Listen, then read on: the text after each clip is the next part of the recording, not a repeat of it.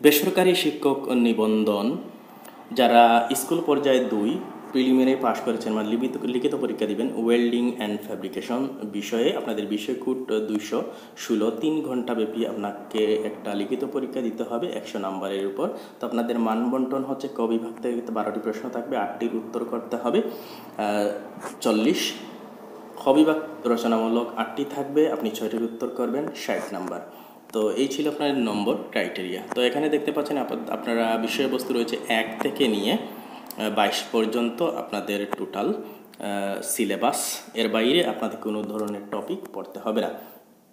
তো সিলেবাসটা কীভাবে কমপ্লিট করবেন এই বিষয়ে বলে দিচ্ছি। তার আগে বলে দিচ্ছি আমরা যেভাবে পড়াশোনাটা করে থাকি সবসময় আমরা নতুন নতুন টপিক পড়ে থাকি, যার কারণে আমাদের পড়ার মধ্যে গ্যাপ সৃষ্টি হয়, আমরা কোনোভাবেই আমরা সিলেবাস শেষ করতে পারি না।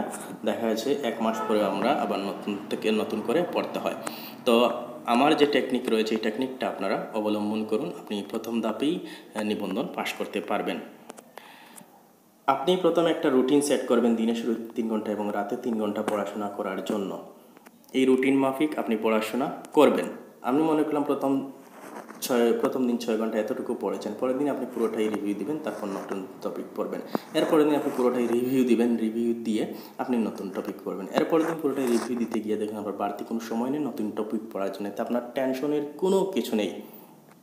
আপনি এই সিস্টেমটাই কিন্তু 20 থেকে 25 দিন কন্টিনিউ করতে হবে। করলে যেটা হবে দেখবেন আপনার সকল টপিক আপনার চোখের সামনে আয়নার মতো ভাসতে থাকবে। এবং সবচেয়ে মজার বিষয় যেটা দেখবেন আপনার সিলেবাসটা শেষ তো হয়ে গেছে এবং প্রথম যে 6 ঘন্টা দিয়ে আপনি শুরু করেছেন এই 6 ঘন্টা কিন্তু আপনি পুরো সিলেবাস ওভারভিউ করতে পারবেন। আপনি সব সময় যেটা শিখবেন সেটা লেখার চেষ্টা করবেন এবং বানান কারেকশন দেখবেন। অনেকে প্রশ্ন করে থাকেন কোন প্রকাশনীর বই ভালো বা কোন প্রকাশনীর বই কিনবেন। দেখেন প্রত্যেকটা প্রকাশনী কিন্তু তাদের সর্বোচ্চটা দিয়ে আপনাদের জন্য বই রচনা করে। আমি বলবো আপনি যে কোনো একটি প্রকাশনীর বই কিনুন। প্রথমে আপনি লাইব্রেরিতে যান, কয়েকটা প্রকাশনী দেখুন, যেটা ভালো লাগে আপনি সেটি কিনুন। যদি বই না পেয়ে থাকেন তাইলে আপনারা নবম দশম শ্রেণীর ওয়েল্ডিং অ্যান্ড ফ্যাব্রিকেশন 1 এবং 2 অর্থাৎ টেড 1 টেড 2 বই দুটো কালেকশন করে আপনারা এই সম্পূর্ণ টপিক পাবেন, সেখান থেকে আপনি পড়লেই হবে। এরপরে যদি আপনারা বই দুটি কালেকশন করতে না পারেন আমাকে 100 টাকা দিবেন, আমি আপনাদেরকে সফট কপি পাঠিয়ে দেবো। তো এই ছিল আজকের ভিডিওটি। এরপরে যদি কোনো কিছু জানার থাকে অবশ্যই আপনারা কমেন্ট করতে পারেন, আপনাদের উত্তর দেওয়ার চেষ্টা করবো। সবাই ভালো থাকবেন, সুস্থ থাকবেন, আল্লাহ হাফিজ।